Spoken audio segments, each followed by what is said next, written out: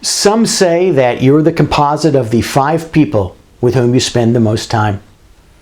Now, I don't know if that's true, but employing or contracting with the wrong person, someone excluded from participation in Medicare and Medicaid, can lead to drastic penalties, as one physician recently found out.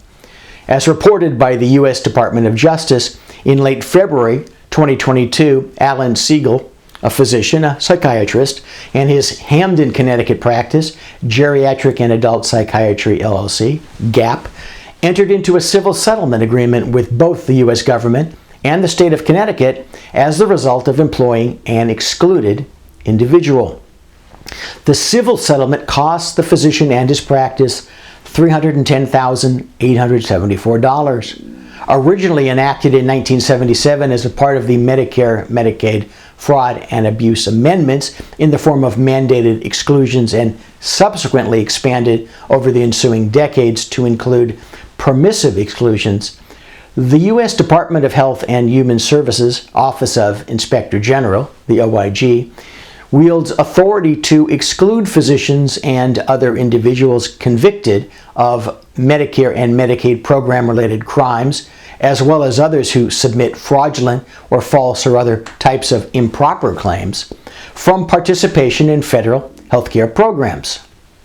In addition, the effect of an OIG exclusion is that no federal healthcare program payment may be made for any item or service furnished by an excluded person, or at the medical direction or on the prescription of an excluded person. This is the case even if the excluded person's services are not separately billed. Submitting any such claim is a false claim. Extremely important for physician groups, the prohibition applies even if the payment is made to a person who is not excluded. In other words, a payment to a medical group that is used in whole or in part to pay for the services of an excluded individual makes the underlying claim or claims a false claim, even if that individual's services are not separately billed and even if they are purely administrative in nature. In the civil case settled by Dr. Siegel and GAP, the government alleged that Siegel and GAP improperly employed Eric Ressner, a physician who was convicted of conspiracy to commit healthcare fraud and excluded from all federal healthcare programs. Apparently, Dr. Siegel hired Ressner as GAP's clinical director. During the time of Ressner's employment, GAP and Siegel submitted claims to federal healthcare programs, and, as alleged, a portion of the reimbursement that they received was used to pay Ressner's salary and benefits. As always, remember that allegations were settled. They were civil allegations. They're not criminal. They were never criminal. And a settlement means there was no determination of liability by a court.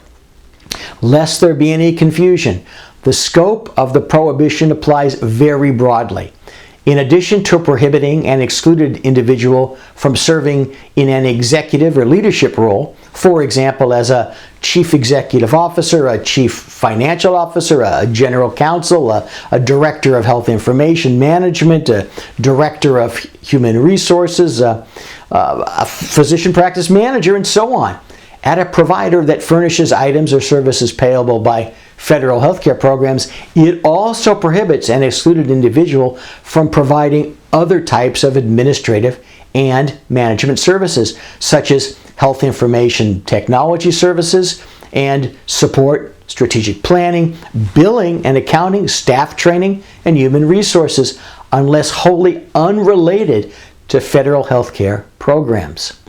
Note that liability attaches to employing or contracting with such a person, and it applies whether the entity submitting claims to federal healthcare programs knows or should know of the exclusion. Translation: if you would check the exclusion database, you would know. The bottom line is that you must carefully vet every single one of your potential employees and contractors against the OIG exclusion database. Preserve the record of your check. Recheck periodically to make certain that a clean hire might no longer be so clean.